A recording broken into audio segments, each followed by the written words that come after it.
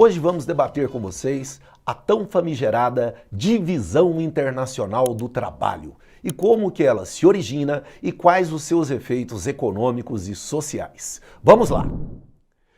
O que é divisão internacional do trabalho? Podemos dizer que ela é uma especialização produtiva das nações. O que significa isso?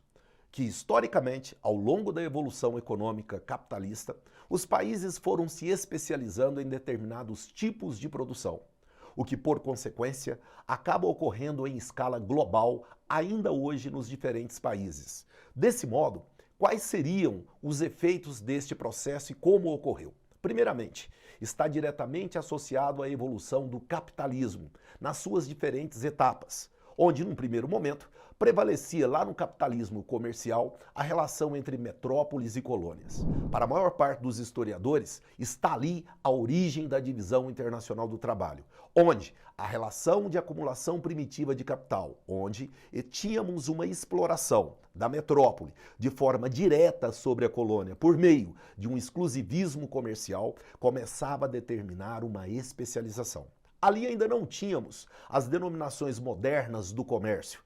Não dizemos que existia um comércio propriamente dito, mas sim uma expropriação econômica para garantir uma acumulação primitiva de capital.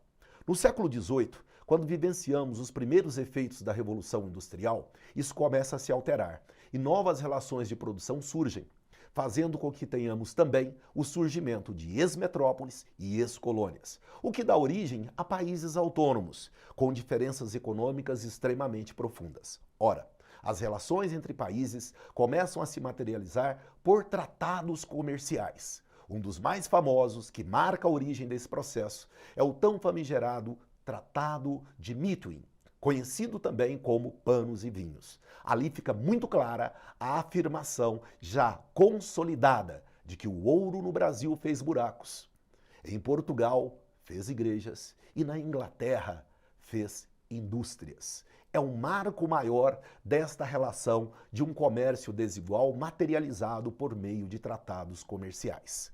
Ora, Portugal está numa clara relação comercial desvantajosa com os ingleses. Porém, supre essa deficiência de que forma? Expropriando as riquezas do Brasil. O ouro no Brasil fez buracos. Em Portugal, igrejas. E na Inglaterra, indústrias. Materializando a evolução da primeira revolução industrial e colocando a Inglaterra na vanguarda econômica mundial. Era um marco dessas relações tão desiguais. Vamos pensar isso a partir de um exemplo esquemático. Como que no século XX nós vamos ter a dinâmica de evolução da tecnologia, gerando uma dinâmica de especialização das relações de trabalho, garantindo aumento de produtividade, diminuindo custos e, principalmente, maximizando lucros. Esse é o ponto maior da questão. O capital precisa se reproduzir. Estamos vivenciando uma evolução de um capitalismo industrial para um capitalismo monopolista ou financeiro, mediante mecanismos de fusões. É a materialização do grande capital através de seus monopólios. O que estamos vivenciando? A necessidade de expansão do capital nos diferentes países, impondo novas formas de relações de produção. Cada vez mais, países hegemônicos, naquele momento chamados de países centrais, começam a exercer o seu poder de força em relação aos chamados países periféricos, muitas vezes ex-colônias. O que vamos ter então? Vamos ter uma dinâmica que, no pós-Segunda Guerra Mundial, caracterizaria a chamada divisão internacional do trabalho clássica. A partir dos efeitos da descolonização da Ásia e da África, vemos claramente países desenvolvidos de um lado, países subdesenvolvidos de outros, com claras especializações. E esquematicamente você pode ver países que exportam matérias-primas, países subdesenvolvidos ou não industrializados, e países desenvolvidos, monopolizando o capital através das suas grandes empresas, exportando produtos industrializados. Qual que é o efeito disso? Balança comercial desigual. Superávit para um, déficit para outro. A pergunta que se faz: como, numa relação tão desigual, podemos ter um crescimento econômico equivalente?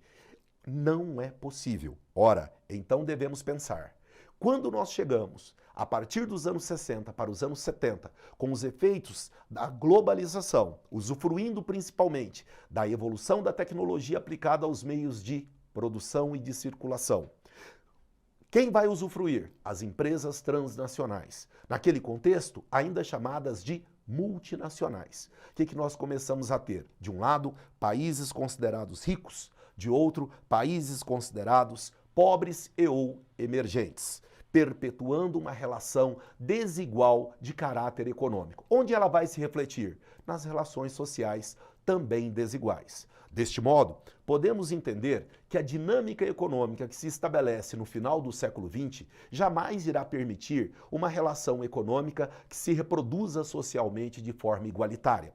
Desta forma, nós devemos entender qual é a lógica do comércio, como que ele evoluiu. Assim, te convido para o nosso próximo encontro, quando iremos começar a discutir a dinâmica comercial bilateral e multilateral. Aguardo você. Galera, estamos juntos. Obrigado.